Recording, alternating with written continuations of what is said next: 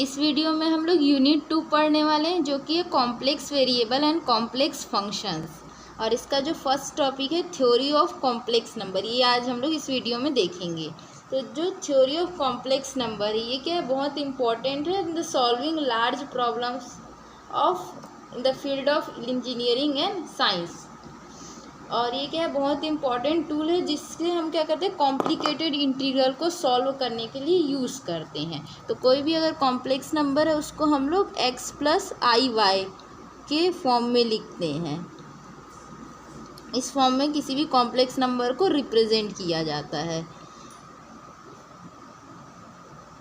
जहाँ पर जो x है वो रियल पार्ट होता है, real part of complex number, and जो y होता है वो क्या होता है, इमेजनरी पार्ट होता है।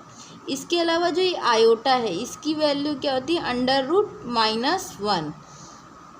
ये आयोटा की वैल्यू होती है। तो आयोटा की वैल्यू होती है √-1। और इसी प्रकार से हम लोग आयोटा की जो पॉजिटिव पावर्स हैं और आयोटा की नेगेटिव पावर्स को भी निकाल सकते हैं। जैसे कि कुछ आयोटा की पॉजिटिव पावर्स देख लेते हैं। तो पॉजिटिव पावर्स ऑफ आयोटा, जो कि हम लोग आई है ये, तो पॉजिटिव पावर्स में हो जाएगा i की पावर 1, जो कि क्या होता है √-1। दूसरा हम लोग देख सकते हैं i स्क्वायर अगर बोल रहे हैं तो i × i, यानी कि √-1 × √-1।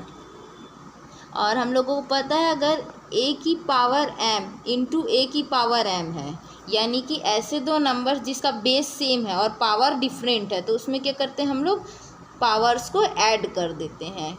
तो इसका यूज़ करके हम लोग इसमें क्या लिख सकते हैं, -1 ½ + ½ हो जाएगा 1।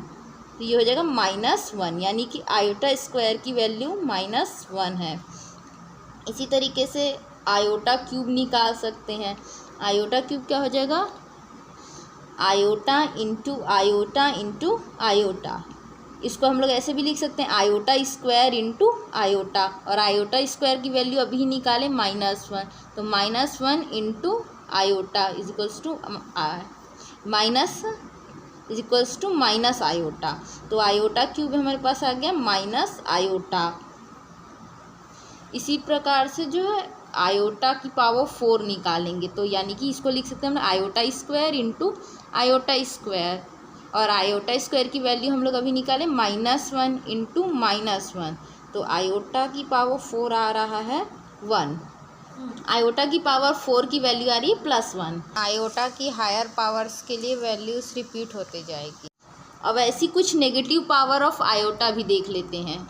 तो यहाँ लिखते हैं नेगेटिव पावर्स ऑफ आयोटा। तो फर्स्ट नेगेटिव पावर क्या सकते हैं, i की पावर -1। इसको हम लोग लिख सकते हैं 1/i की पावर 1। -1 अगर नीचे जाएगा, इसको हम लोग कैसे लिखें, जैसे a की घात -m होता है, तो उसको हम लोग कैसे 1/a⁴m लिख सकते हैं। इस फॉर्मूला का यूज़ करके हम लोग इसको लिखे हैं ऐसा। अब हम लोग क्या करते हैं, तो i का गुणा कर देते हैं न्यूमरेटर डिनोमिनेटर पे, तो ये आ जाएगा i/i²। तो i की वैल्यू तो एज इट इज़ रहेगी, i² की वैल्यू क्या थी, -1 थी। इसको अगर हम लोग सिंप्लीफाई करें तो i⁻1 क्या आ जाएगा, -आयोटा। इसी तरीके से हम लोग i की और एक दो पावर और सॉल्व करके देख लेते हैं। तो यहाँ पर i⁻² देख लेते हैं क्या आ रहा है, तो 1/i² और i² की वैल्यू थोड़ी देर पहले हम लोग निकाले थे -1, तो ये आ गया हमारे पास -1। तो i⁻² भी क्या आया हमारे पास, i⁻² आया हमारे पास -1। इसी प्रकार से i⁻³ क्या आ जाएगा, 1/i³ और i³ की वैल्यू अपने को पता है -आयोटा। और इसको थोड़ा सा और हम लोग सिंप्लीफाई करने के लिए क्या कर सकते हैं, न्यूमरेटर और डिनोमिनेटर में अच्छा, यहाँ पर जो है एक चीज़ ध्यान देने वाला था, जब भी आयोटा क्या हो डिनोमिनेटर में हो तो उसको क्या करते हैं, न्यूमरेटर और डिनोमिनेटर में एक एक बार आयोटा का गुणा करके उसको सिंप्लीफाई कर लेते हैं। तो इसको इंटू कर लेते हैं हम लोग आयोटा आयोटा से, तो ये आ जाएगा iota bye minus iota square. इसको अगर सॉल्व करेंगे तो आयोटा बाय -1 था और ये आयोटा स्क्वायर का माइनस आएगा तो माइनस माइनस प्लस हो जाएगा। तो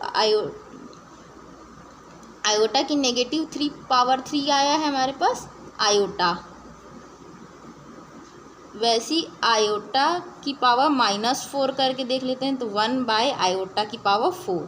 तो ये हमारे पास क्या आ जाएगा, 1 बाय आयोटा की पावर 4 क्या था 1, तो आयोटा की पावर -4 हो गया 1 या। तो इसी तरीके से हम लोग आगे भी और आयोटा की नेगेटिव पावर्स को देख सकते हैं। 4 ही वैल्यूज़ के बीच में आएगी, +1 -1 माइनस आयोटा और प्लस आयोटा, और यही वैल्यूज़ जो है रिपीट होते जाती है। इसके अलावा जैसे कि हम लोग एक क्वाड्रेटिक इक्वेशन देख सकते हैं। जैसे कि मान लो हमारे पास एक क्वेश्चन है कि solve the given quadratic equation, जो कि हमारा ऐसे x² + 1 = 0। ये इक्वेशन है जिसको हमको सॉल्व करना है। तो सबसे पहले इसको सॉल्व करने के लिए हम लोग क्या करेंगे, x² = जो 1 है इस साइड ले आते हैं, तो ये हो जाएगा -1, और आगे इसको सॉल्व करेंगे तो x² = -1 ये मिला है हमें।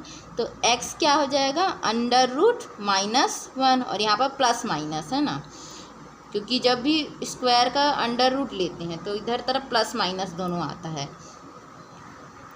तो x की वैल्यू क्या हो जाएगी, और यहाँ हम लोग थोड़ी देर पहले देखे जो √-1 है इसको हम लोग क्या लिखेंगे, आयोटा लिखेंगे।